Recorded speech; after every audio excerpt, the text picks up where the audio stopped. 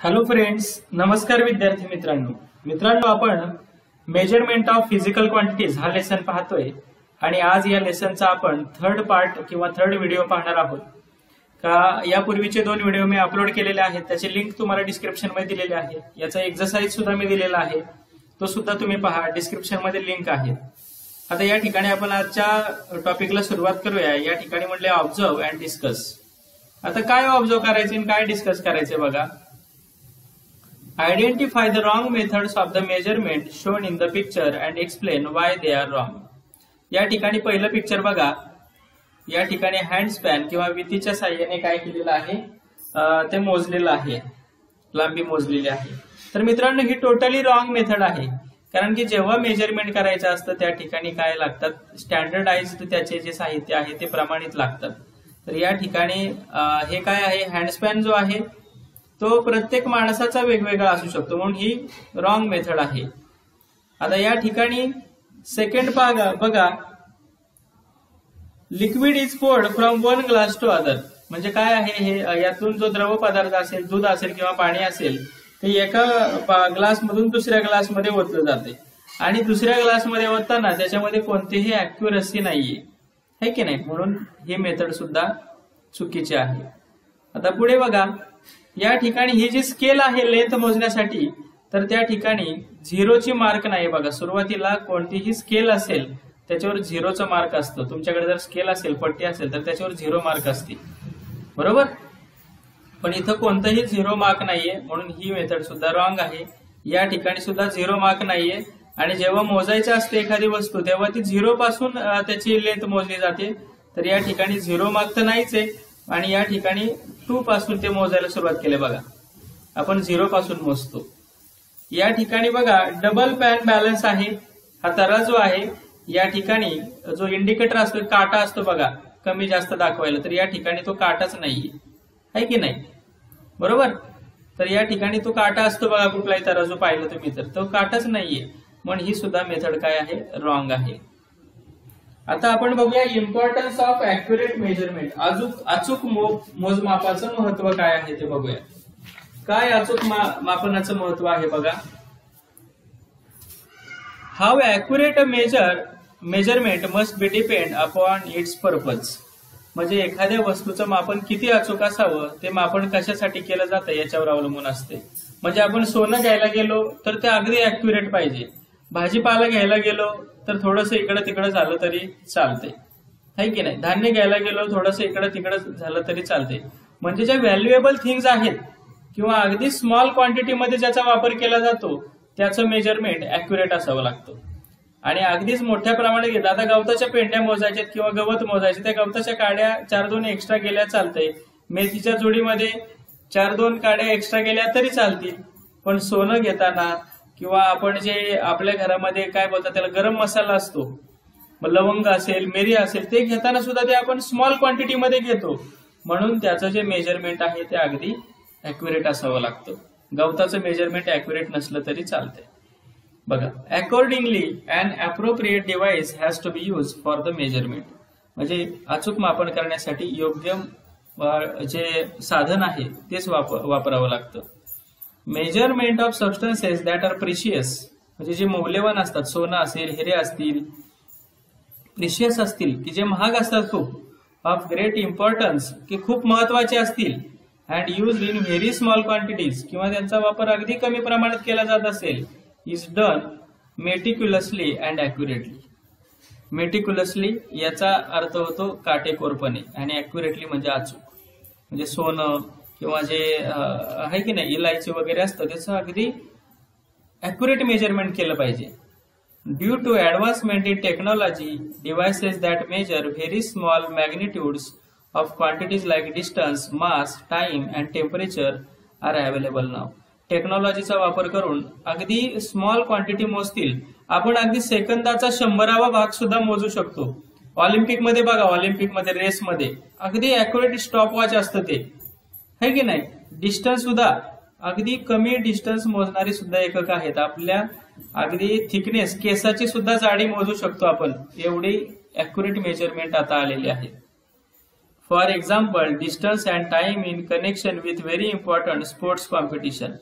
आता सांगितलं मी तुम्हाला रनिंगचे जे स्पर्धा आहे त्याच्यामध्ये बघा अगदी डिस्टन्स आणि जे टाइम आहे ते अगदी अॅक्युरेटली मोजलं जाते. मास ऑफ गोल्ड, सोनं घ्यायला कधी गेला तर त्यांचा तराजू बघा अगदी अॅक्युरेट मोजमाप केलं जाते. बॉडी टेम्परेचर सुद्धा आपलं अॅक्युरेट मोजलं जाते. ओके, तर अशा पद्धतीने हे इम्पॉर्टन्स आहे अॅक्युरेट मेजरमेंटचं. आता पाहूया आपण पुढे major causes of error in measurement. बघा आता major causes of errors in measurement म्हणजे मोजमाप करत असतानाच्या काही त्रुटी येतात, काही अडचणी येतात. बघा, तर पहिली अडचण कुठली येते? नॉट युजिंग अप्रोप्रिएट डिव्हाइसेस, योग्य साधन न वापरणे. बऱ्याच लोकांकडे जे तराजू असतात ते जुने असतात, ती जी वजनं असतात, वजनमापं असतात ती सुद्धा चांगली नसतात. दुसरं आहे not using the device properly, म्हणजे ते जे साधन आहे ते योग्य प्रमाणे त्या माणसाला हाताळता येत नसतं बऱ्याच वेळा. ते सुद्धा खूप मोठा एरर आहे. आता पुढे बघा, make a list of possible errors other than this. आणि दुसऱ्या काही त्रुटी असतील तर त्या सुद्धा तुम्ही कमेंट बॉक्समध्ये कमेंट करा. या ठिकाणी 2 एरर सांगितले आहेत. आता पुढे बघा, do you really get as many litres of petrol as the petrol pump indicates. म्हणजे पेट्रोल पंपावर तुम्ही पेट्रोल भरताना जेवढं पेट्रोल त्या पेट्रोल पंप जो इंडिकेटर असतो त्या ठिकाणी 1 लिटर 2 लिटर दाखवतं तेवढं पेट्रोल तुम्हाला मिळतं का? To ensure this, it is necessary to check it against a standard measure from time to time. त्यासाठी त्याचे प्रमाणित मापाने ते अधूनमधून मोजलं पाहिजे. And this is called standardisation. यालाच म्हणतात प्रमाणीकरण. म्हणजे पेट्रोल समजा आपल्याला त्या याच्यामध्ये इंडिकेटरवर दाखवते 1 लिटर, पण ते खरोखरच 1 लिटर आहे का ते तपासून पाहावं लागतं. Similarly it is necessary to standardise the weights and measured use in the market. म्हणजे मार्केटमध्ये जी वजनं आणि मापं वापरली जातात ती सुद्धा स्टँडर्डाइज आहेत की नाही ते सुद्धा आपल्याला चेक करायला हवं. While buying things at grocery shops, the vegetable market, remember to look out for the following and tell your guardians to do so. म्हणजे तुम्ही व्हेजिटेबल मार्केट म्हणजे भाजी बाजारात गेला किंवा किराणा दुकानात गेला तर खालील गोष्टी चेक करा आणि तुमच्या पालकांना सुद्धा सांगा. आता बघा, does the balance carry the stamp of standardisation by the department of weights and measures. काय चेक करायचंय? तराजू जो आहे, जो बॅलन्स आहे, तराजू आहे त्याच्यावर वजन माप विभाग जो आहे आपल्या गव्हर्नमेंटचा त्याचा शिक्का आहे का, स्टॅम्प आहे का ते चेक करायचं. इज द बॅलन्स स्टेबल, तो तराजू स्थिर राहतोय का तो बघायचा आहे. Is the pointer of the balance upright, त्या ठिकाणचा जो तराजूचा काटा आहे तो सरळ आहे का तो बघायचा आहे.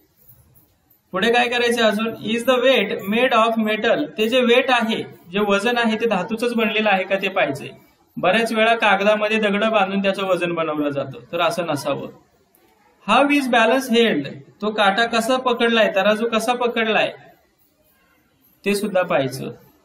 Has the underside of the pan of the balance been tampered with, तराजूच्या पारड्याची खालची बाजू कशी आहे ते सुद्धा बघायचं. बऱ्याच वेळा तराजू लोखंडाचा असेल तर त्याच्या खालच्या बाजूला लोह चुंबक वगैरे लावून आपल्याला फसवलं जातं.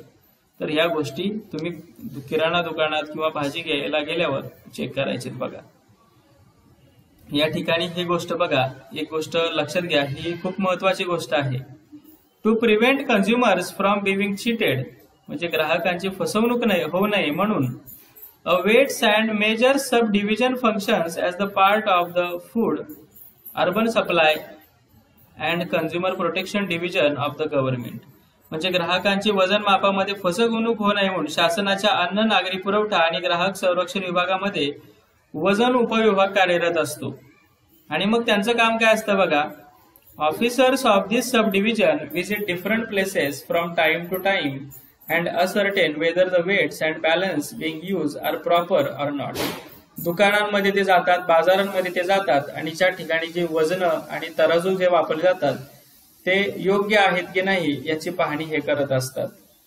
It is binding by law to use standard weights and measures, कायद्याने प्रमाणित वजन आणि माप वापरणं बंधनकारक आहे. म्हणजे कोणताही दुकानदार स्वतःच वजन काटा तयार करून वापरू शकत नाही, त्यातला स्टँडर्डायझेशन केलेला स्टॅम्प त्याला त्या वजनावर असावा लागतो. It is also a function of the weights and measures subdivision to grant licenses for the production, sales and repairs of the weights and measures.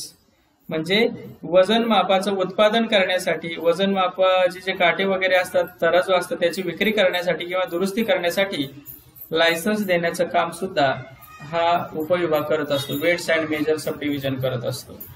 Okay, आता पुढे पाहूया. डू यू नो, तुम्हाला माहित आहे का?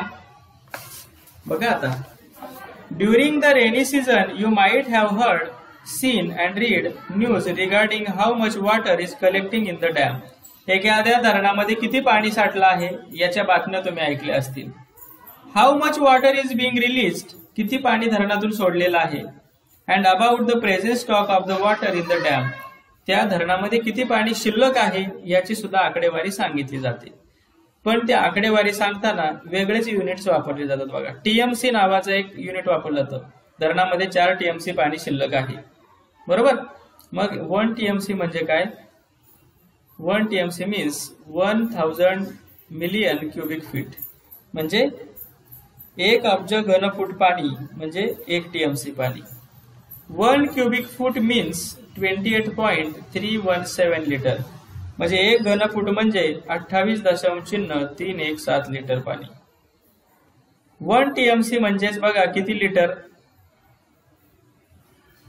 1 टीएमसी म्हणजे एवढे लिटर, त्यालाच आपण 28.317 मिलियन याच काय केलेलं आहे, पॉइंट मध्ये कन्व्हर्जन केलेलं आहे.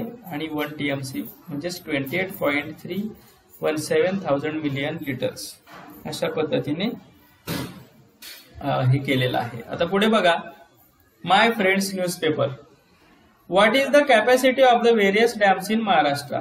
महाराष्ट्रामध्ये खूप धरणं आहेत, त्या प्रत्येकाची पाणी साठवण्याची क्षमता किती आहे ते चेक करा. Collect information about the discharge of water from various dams during the month of August, September and October.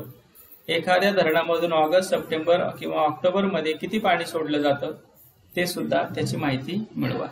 मित्रांनो, आता याचा जो एक्सरसाइज आहे त्याची लिंक मी तुम्हाला डिस्क्रिप्शन मध्ये दिलेली आहे. आता डिस्क्रिप्शन मध्ये जावा आणि याचा एक्सरसाइज सुद्धा पहा. थँक्यू.